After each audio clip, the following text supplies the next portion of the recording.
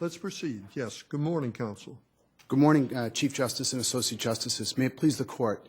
My name is Daniel Ty, and I represent Liberty Mutual along with my colleague Doug Tilburg. Your Honors, the judgment in this case should be reversed and the case should be remanded for two reasons.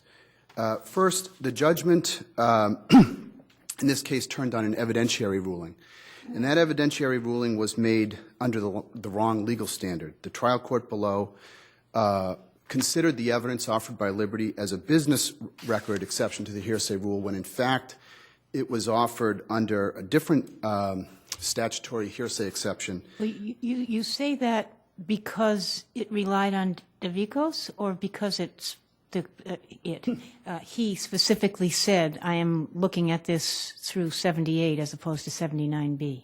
Well, Your Honor, in the Court's findings, the Court never mentioned Section 79B. He never discussed the elements of the statute. He never considered Liberty's evidence of marketplace reliance. Right. And he relied I mean, only on DeVicos. I agree that the decision seems to be because, at least as I read it, he felt he was bound by DeVicos.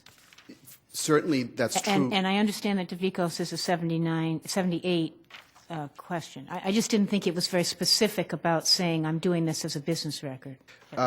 Your Honor, But I could be wrong. that's correct. That's correct. Of course, the business record exception and the compilation exception are very different rules with very different standards. There's a second reason for remanding the case, and that is that the correct application of Rule 79B would further the interests of the no-fault provisions of the mass auto insurance statutes. On the first point, Section 79B, the logic of 79B is straightforward. The statute gives trial courts essentially a different way to think about the reliability of evidence. Rather than having to prove that every piece of data, where it came from, whether it's truthful or accurate, 79B essentially offers to the trial court a proxy for that kind of evidence. It says, well, if people outside of court are relying on this evidence every day to make business decisions, then the trier of fact should also be able to consider it. How does the raw data get converted into a piece of fact that is considered, or that can be considered, as the reasonable cost of a particular medical service? Your Honor, according to the affidavit of Susan Sear, which is in the appendix, yeah. What happens is the data is collected from insurance companies primarily. It's a huge amount of insurance. It then runs through several statistical algorithms so that, for example, outliers are removed if there are a certain number of standard deviations away from a norm. It's important to note, however, Your Honor, that in this case, both the charge data from the database and the raw data was available. But when you say the norm, that's a statistical norm? Yes, Your Honor. Well, how does that necessarily equate with what is a reasonable expense? Well, when the charge data, Your Honor, is generated, it's arranged in percentiles. And that is true both for the raw data and for the database charges. And then it's up for the insurance company to say, they make a judgment as to whether they pay, as Liberty did, at the 80th percentile. Some insurance companies pay at a higher or lower rate. All right. Is this something that should have been or should be subjected to the Daubert-Lanigan analysis? Your Honor, no, it Why should not?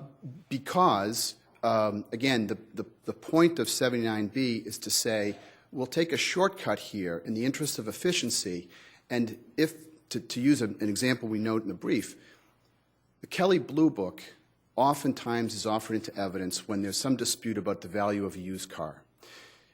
Courts don't have to go back and say, is a Chevy Camaro really worth $12,000? What they want to know is, do auto dealers and do auto buyers rely on this evidence? Now, the opponent of that evidence might say, well, the Kelly Blue Book is not a good guide because this Camaro was in really good shape or really bad shape. That's an argument for the jury. But in the first instance, the court should look at the Kelly Blue Book, listen to whether there's evidence as to whether or not the dealers and the sellers are relying on that. And if the court, in its discretion, believes that those elements are met, then it goes to the fact finder. But isn't the question of whether a particular service, a medical service, or the cost of a particular medical service is reasonable, doesn't that involve a medical, at least a partial medical opinion, a partial medical judgment? It does not, Your Honor. The statute, 34M, provides for two different kinds of reviews.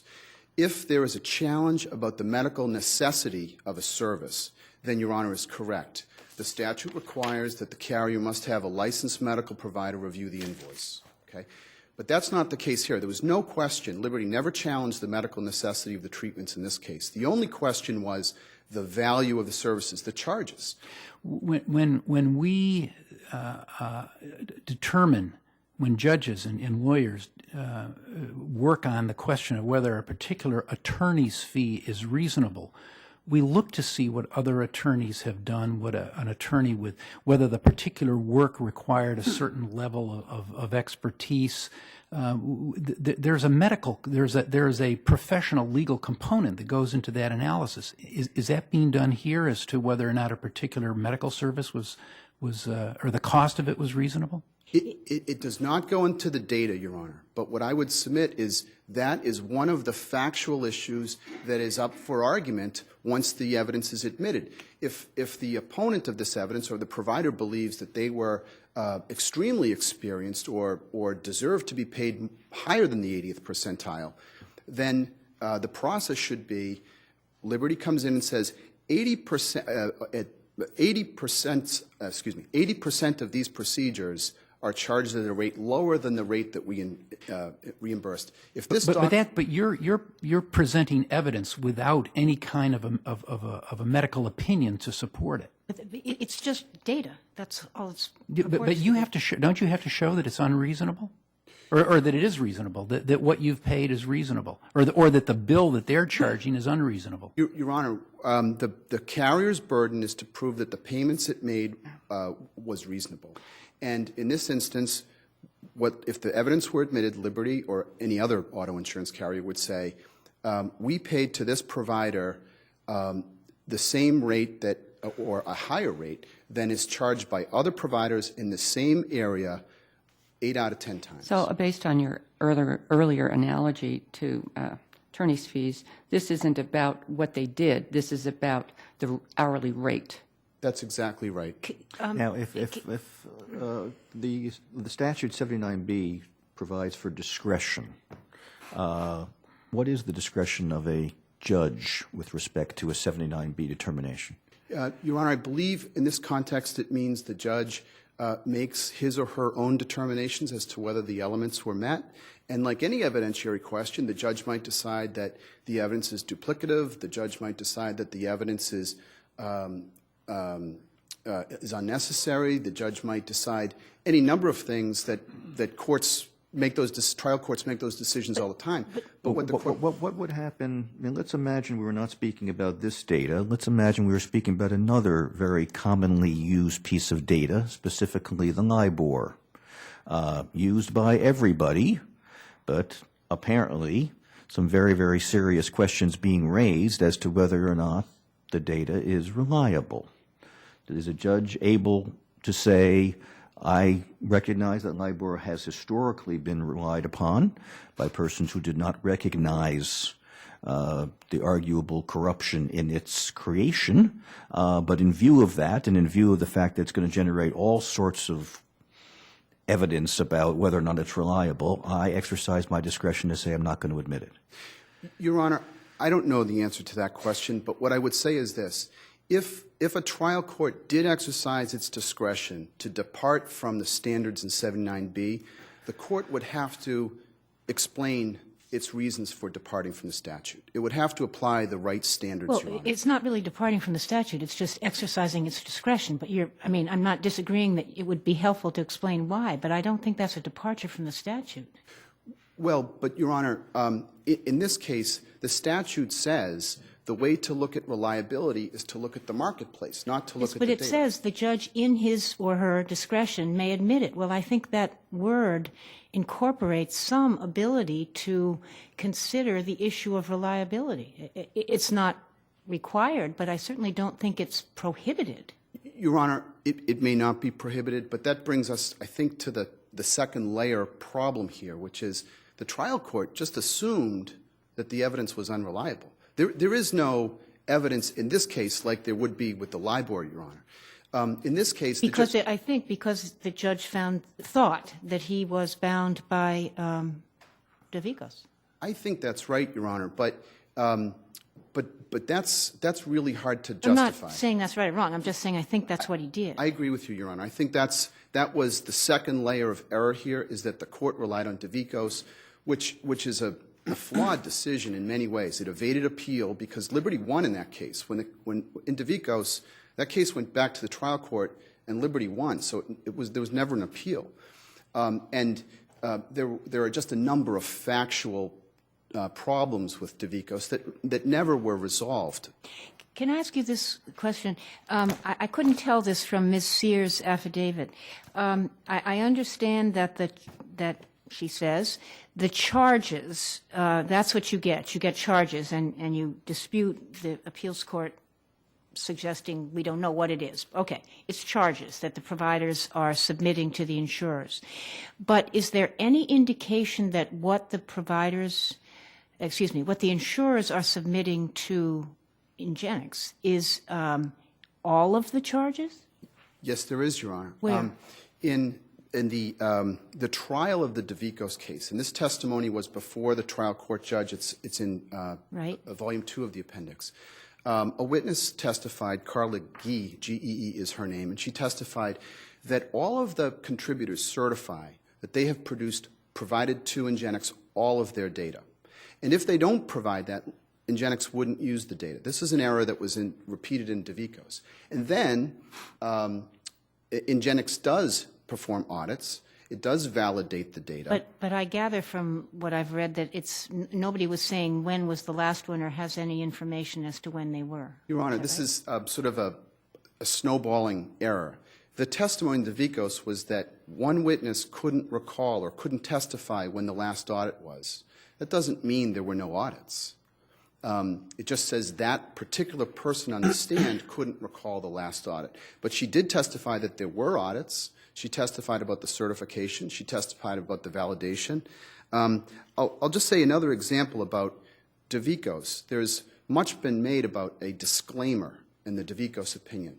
That gets repeated. There was no evidence about that. It's not in the findings of this case. It was never discussed in the transcript, the trial of this case. The appellate division in this case and the appeals court both talk about the disclaimer. Well, the disclaimer, as it turns out, is in the record. It was part of the DeVicos opinion. Among other things, this is what the disclaimer says. This document is designed to be an accurate and authoritative source of information about the MDR payment system database. Every effort has been made to verify the accuracy of the information, and all information is believed reliable at the time of publication. All attempts are made to ensure that the information presented in this manual is correct. That's at the appendix 565. I know it's not part of the record, but I don't know how we just avoid what is in the public domain, that is the settlement of a variety of lawsuits against not your client, against Liberty's provider, large settlements, and the Attorney General, the Senate. I mean, a lot of people are looking at this particular database. Well, Your Honor, first of all, the Attorney General settlement is attached as an appendix to the amicus brief submitted by Fair Health. That starts off with a number of issues that the Attorney General was investigating, including the allegation that perhaps the data was unreliable. And then the Attorney General lists his findings. There's not a single finding related to the reliability of the data. The Attorney General does not conclude that the numbers were wrong. The Attorney General does not make any conclusion at all about the data. What the Attorney General does say is that there should be more transparency about the fact that the Ingenix database at that time was owned by a health insurance company, and the Attorney General says that information should be more easily available to health insurance customers. It has nothing to do, that finding, Your Honor, has nothing to do with the accuracy of the data, and it has nothing to do with auto insurance. Well, so the fact that Ingenix or United Health settles for millions of dollars about psychology bills means nothing. Well, I'm just troubled by the fact that there's this history out there that's... the history, Your Honor, is, to the extent that there's been litigation over the accuracy of the data, the history is that when that issue is litigated, the numbers are verified. There was a New Jersey Division of Banking investigation cited in our brief that says the Ingenix reimbursement benchmarks are higher than those of its competitors or many of the workers' comp schedules. The allegations that have been made in this case have been discredited in a number of cases that are cited in our brief where the courts say there still has not been any proof that the numbers are wrong. And one of the major flaws, I just might add, is in DeVicos and below, for all the alleged flaws in the process, there was never a statistician, there was never an expert, there was never any empirical comparison of Ingenix showing that the figures were lower than their competitors or that the process yielded a bad result. Counsel, your time is up. Thank you, Could I Chief just Justice. ask one of last course, question? I'm sure. sorry. I know that's not part of this record, but my only question is, would you agree that if, as you request, there were a remand, the issue of the and the judge, was looking at reliability, this kind of information could, I mean, it would not be you, but it could be presented by the provider in this case? I'm sorry, which type of... The type of information about the history of Ingenix, the numbers and the criticisms of it in various places. I mean, you could have relevance things, but it's not off the table, is it? Well, the New York Attorney General's settlement, I really don't think is relevant to a question about the accuracy or reliability of the data, but I imagine that would come up in that case. I mean, it's a settlement agreement that says right on it. Okay. It's not for admissibility. Thank you. Thank you very much.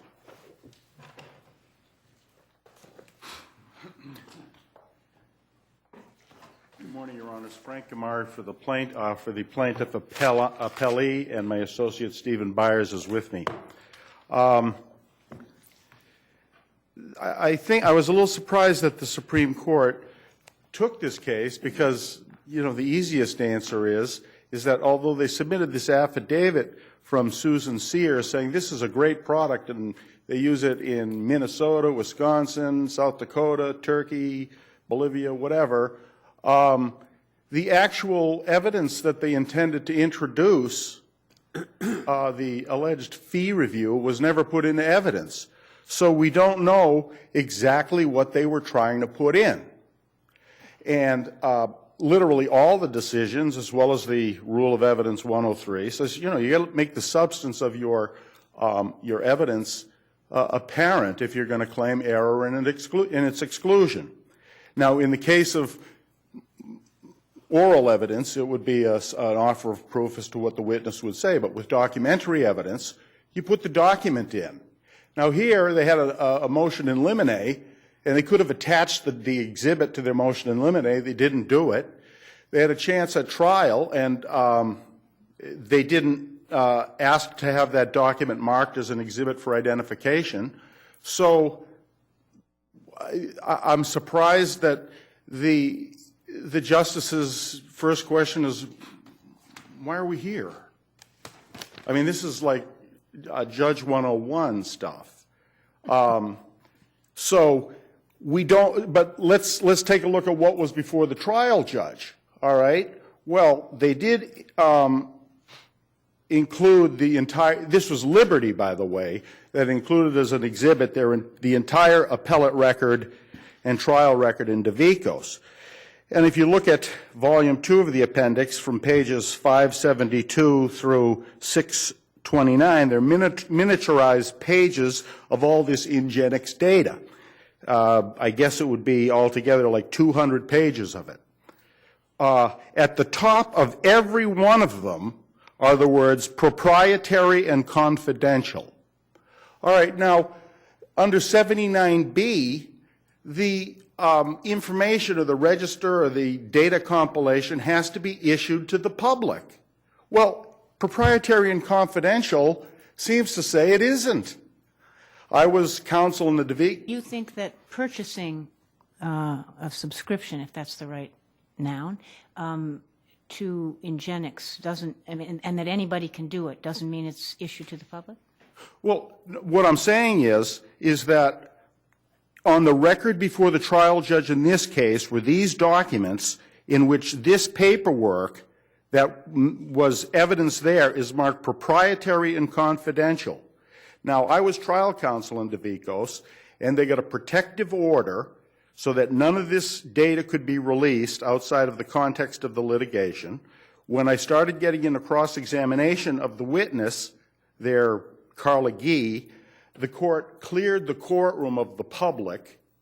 All right? I had to mark my appellate appendix in that case with a sticker that said privileged material enclosed. So this is clearly, and Ingenix, by the way, is they come to some of these trials and they're always accompanied by a lawyer to make sure that their trade secrets are maintained.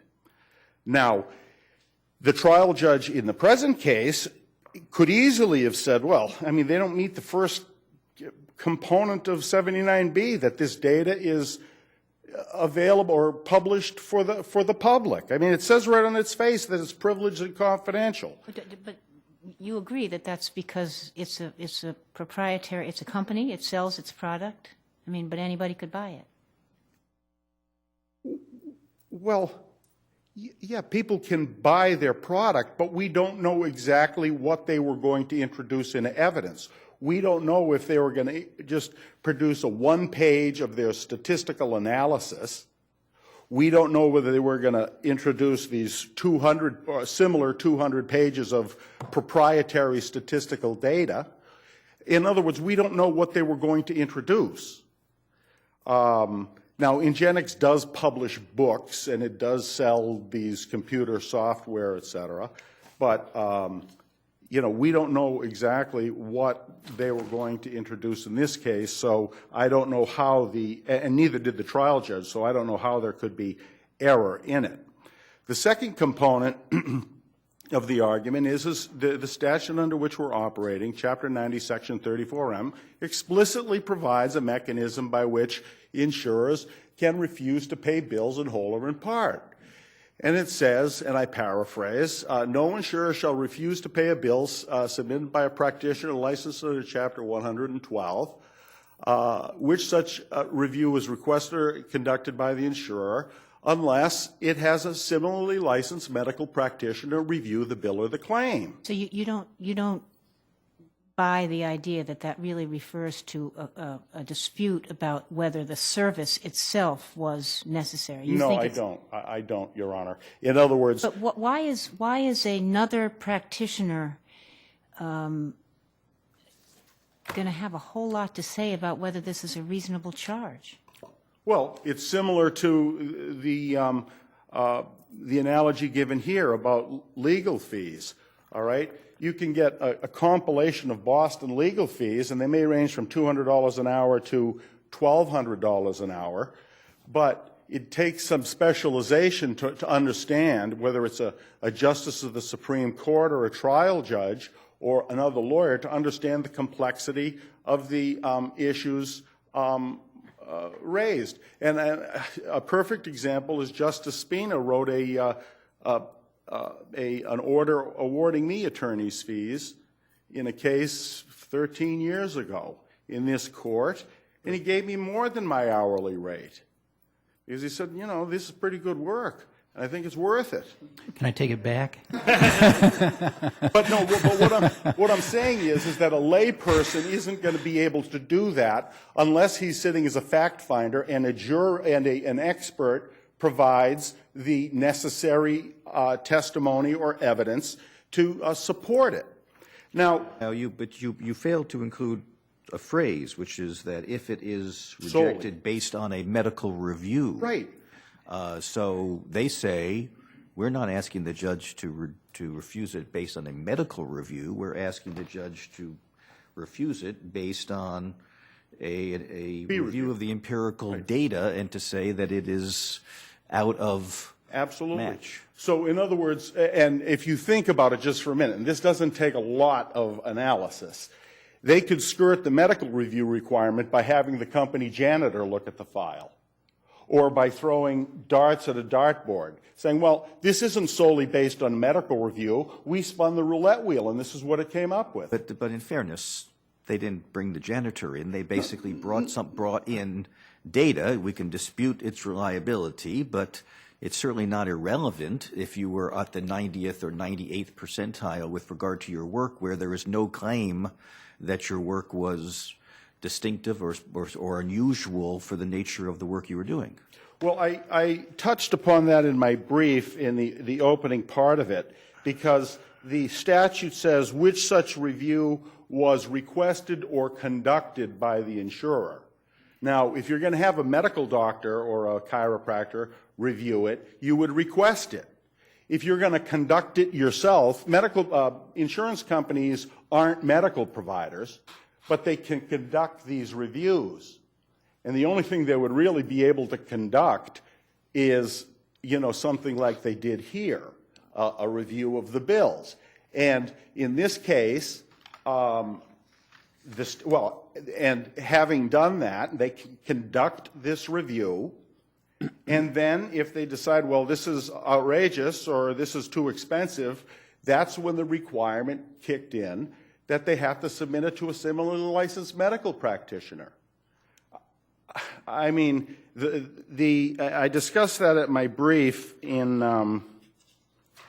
Well, of course, pragmatically, given the amounts at issue, that will largely mean it's not going to happen. Because you know something, Judge? The three purposes of no fault, as the Pinnock versus Cleary court said, was 1, to keep the cost of insurance down, 2, to make collection of medical expenses a prompt, easy, layman type of thing, and 3, to keep these small automobile claims outside of the courts. Now, what did the legislature say?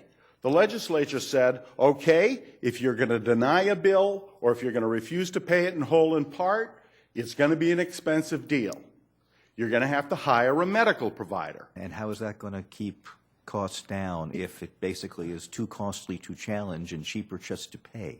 Well, it's going to promote the other 2 purposes of no fault. 1, to make it easy for consumers or medical providers to collect their bills, and 2, to keep these matters out of the courts. And why can't the legislature say we want all 3?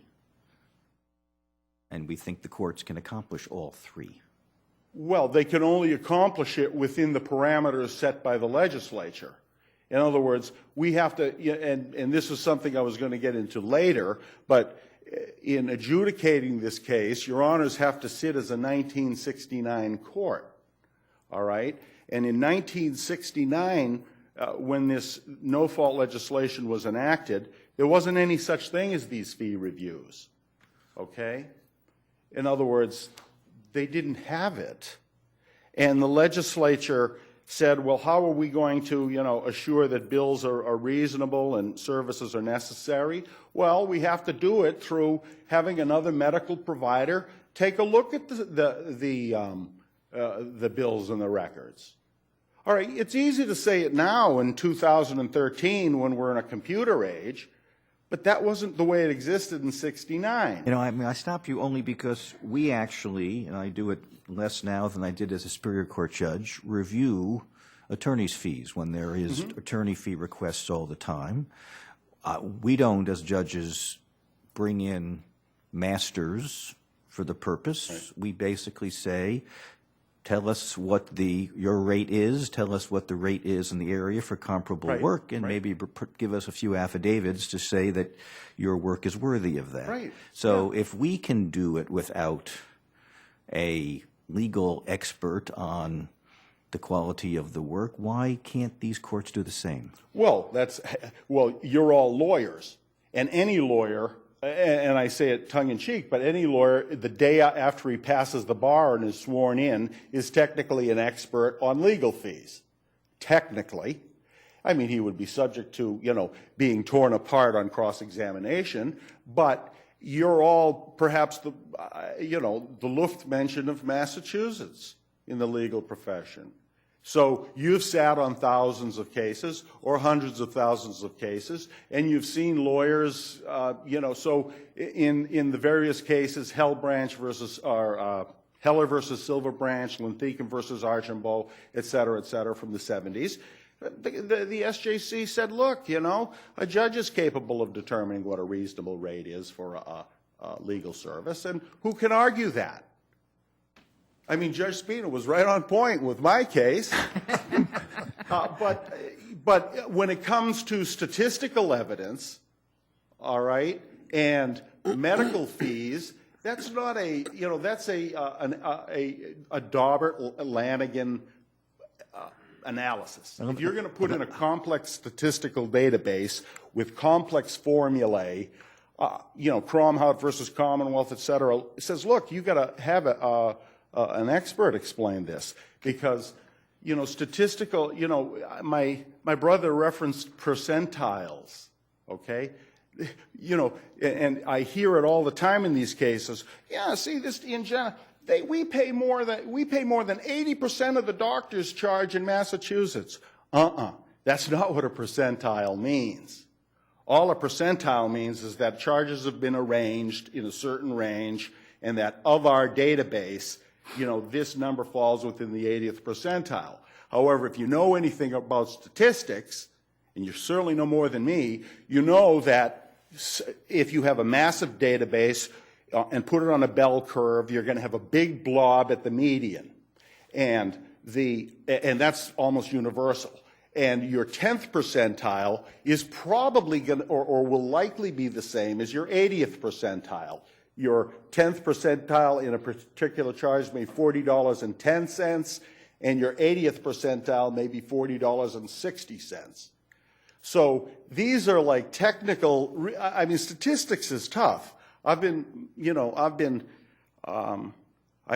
statistics has been what's feeding my family for the past 32 years. And sometimes, you know, people say, you know, the law is the art of lying. Well, statistics is the science of it. So, you know, if you're going to, you can't just throw a statistic out and expect a jury to be able to read anything into it intelligently unless there's an explanation. And a little used, almost unknown, who hasn't been cited since '85, 79B, was designed to put in simple objective facts, telephone directories, weather charts, stuff that no one is going to argue about. Counsel, your time is up. Thank you. It's been my honor to argue before you all. Thank you. Thank you.